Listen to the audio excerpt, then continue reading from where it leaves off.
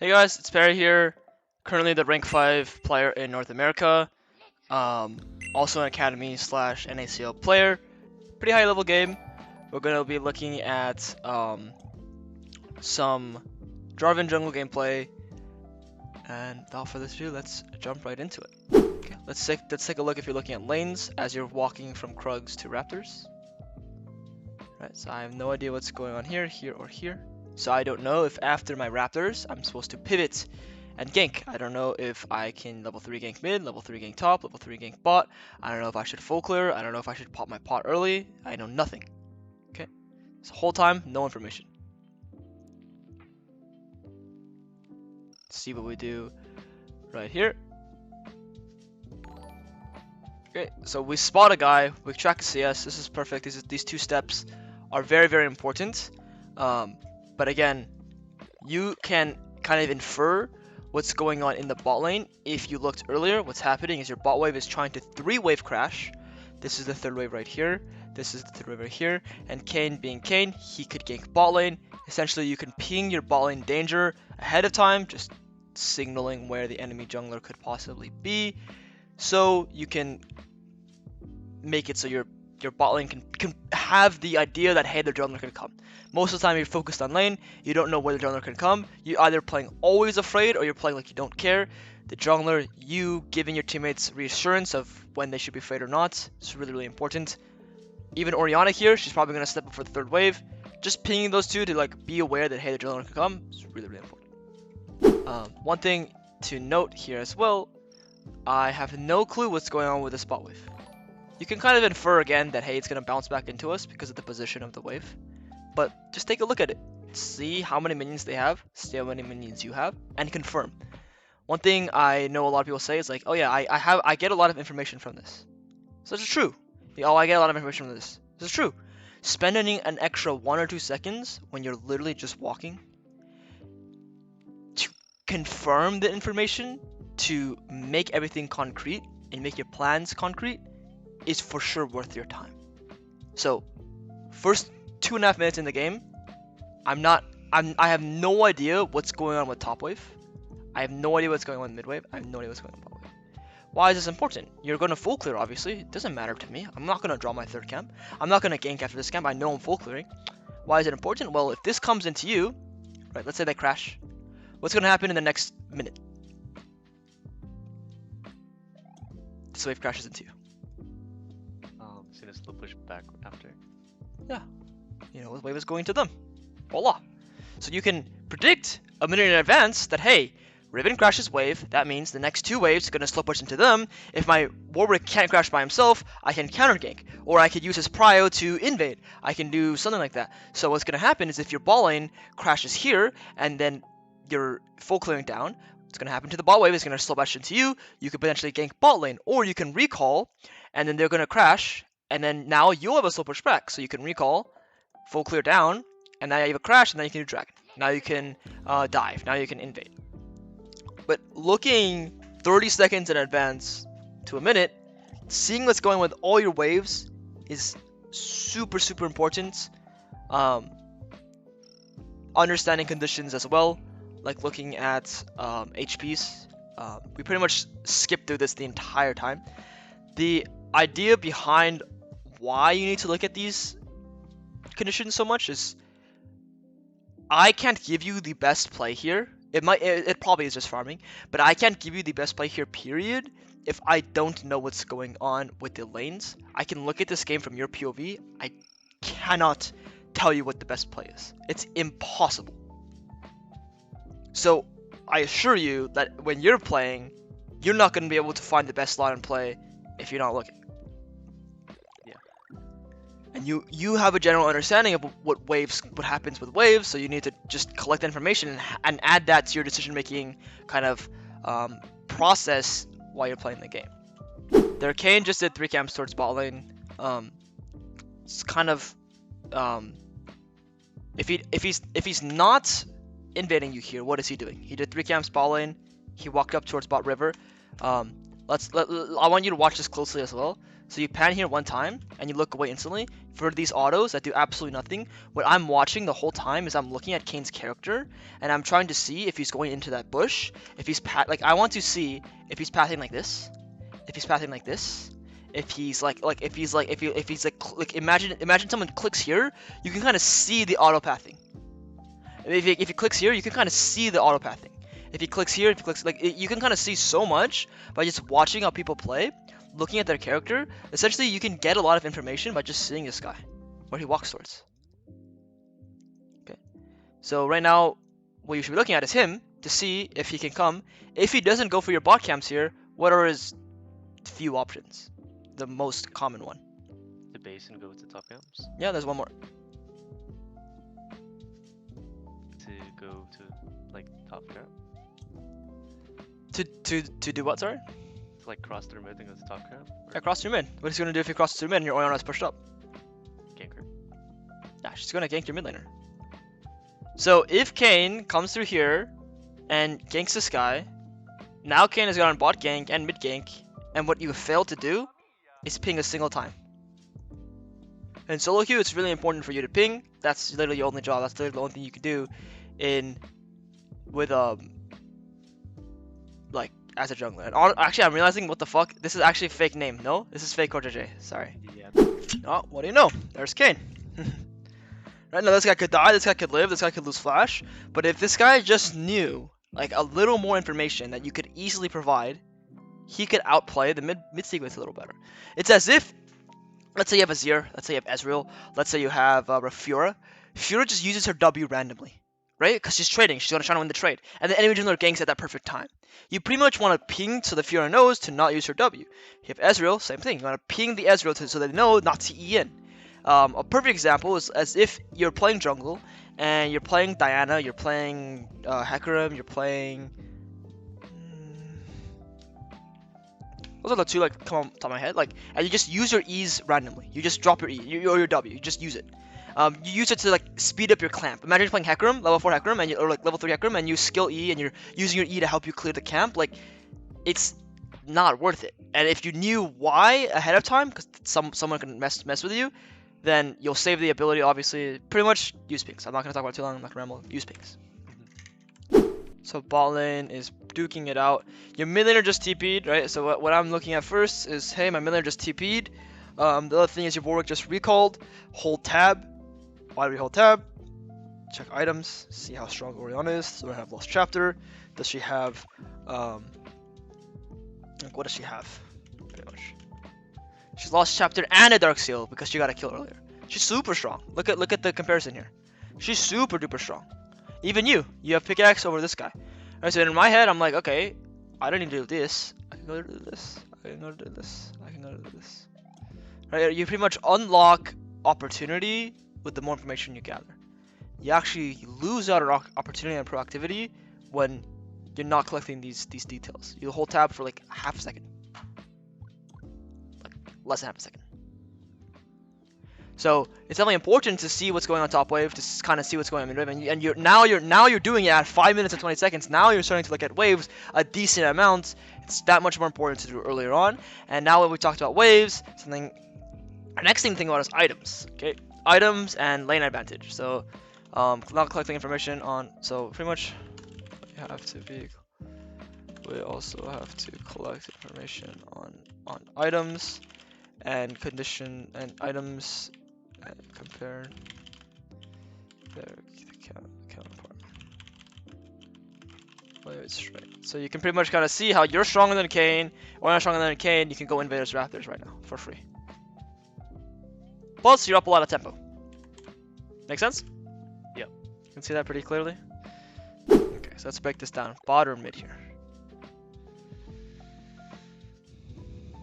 Spot's trading hard. You see that? You notice it? You're walking down towards it. So I don't hate it. But the idea is you're trying to play through this lane. The idea is, before I forget about it, you must use your pings. You must use your pings. Put information to your laners.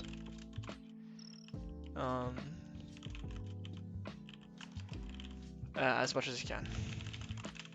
And in this game specifically, if you're playing through a bot lane, and your mid laner is also someone you want to play through, ping this guy. Okay, go through bot lane, you win the 3v3, and then if Kayn goes mid, then you're obviously gonna win bot lane. But if you ping your Orianna again because you're not going through mid, she'll know to be a little safer. You can make the difference here.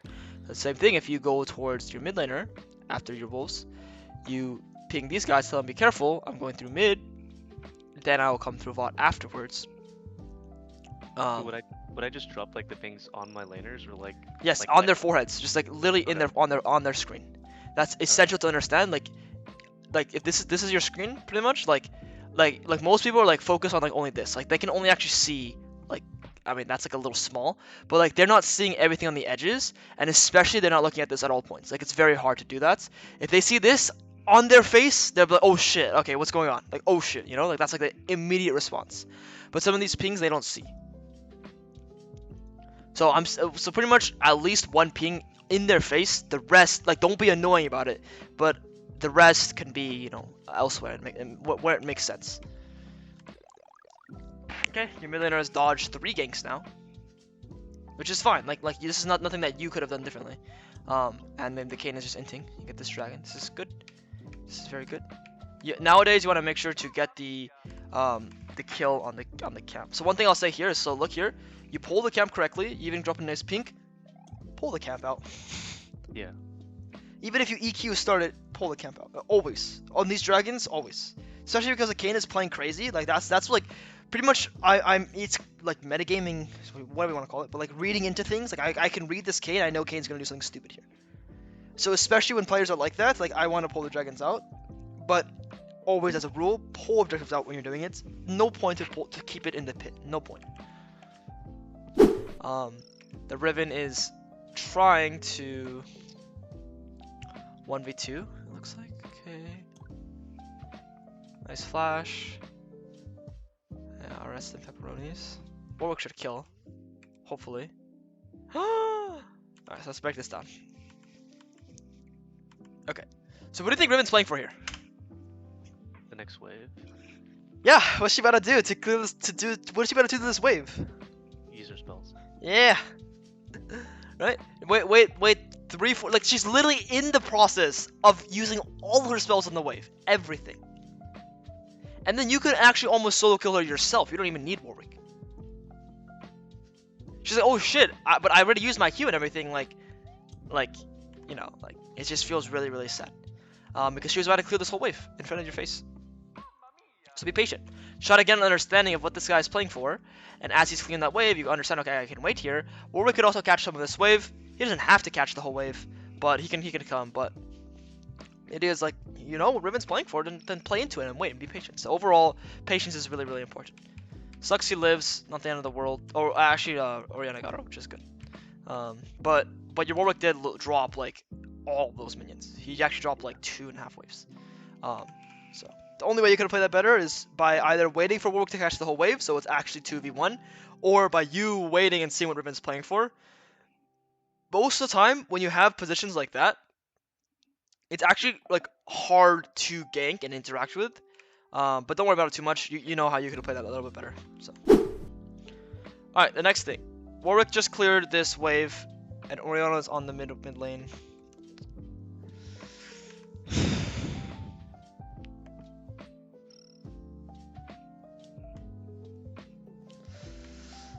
All right, this is kind of hard to always be aware of and always do. The Warwick has tempo. The Riven is dead. Actually, what's going to happen here is, let me hold tab.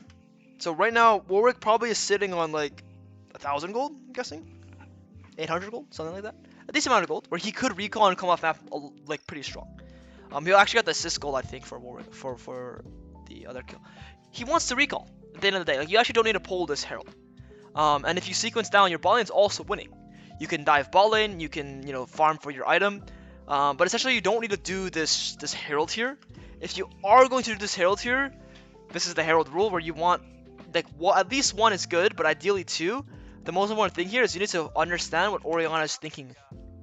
She does this, and the next wave is coming soon. What this Orianna is thinking is like, I'm not letting this mid wave go untouched. I want to push this mid wave in. So with that in mind, you actually have to delay your sequence here. Help Orianna push. If they come to fight Orianna, then you can actually with all these conditions actually thought of, it's probably never going to be a good fight on this Rift Herald. Is what's going on in my head. Like you're down ultimates. Orianna has no ult. Bad conditions. Riven's gonna come out of base. You might have to catch top wave, but you can't one shot the Herald. Kayn might be effectively dead because he has no Orianna used ult to chunk him, but Sona can come, their ASO can come. It kind of just feels like a flip, where if you just farm your camps naturally, Warwick can recall, you can also jump up ward, and then after you come out of base, Orianna will have good conditions, you can restart the map. But the most important thing here is to understand what your teammates want to play for. You need to kind of read into what your teammates are thinking. Warwick is thinking of, he wants to check river, he either wants to recall, he's trying to dive, he might even be playing for this just yet. Obviously, he sees you, so he wants to. But he could be playing for the dive on Kayn. He could be playing for multiple things. He could also recall. You can also help him recall by noting he stayed on the map for quite a while. I feel all the way back here, actually he has way more than 1,000 gold. Right? If you look all the way back here, this is where he came out of base. So he's been on the map for 10 minutes, or 5 minutes. But if these are the things that if you pay attention to, you can kind of help your teammates make good decisions, and also be aligned with your teammates, and then use your pings. So if you can figure out how to use your pings and understand what your teammates are trying to kind of do, it'll drastically change how your gameplay looks. I think in that setup, I think my solo laners were both pinging towards the Herald. So would I just ping them off it? Because I think one of them pings the Herald. That wasn't actually gonna start it. So Orianna pings right here, right? She pings the Herald. Yeah. So Orianna has the right mind of playing for Herald, but look at how she's playing. She pings it on the way, and then she walks back onto the wave. Yeah. So this happened to me earlier, even in trials, just because someone says something or someone relays some sort of information, if their character is literally not doing it, they're just lying.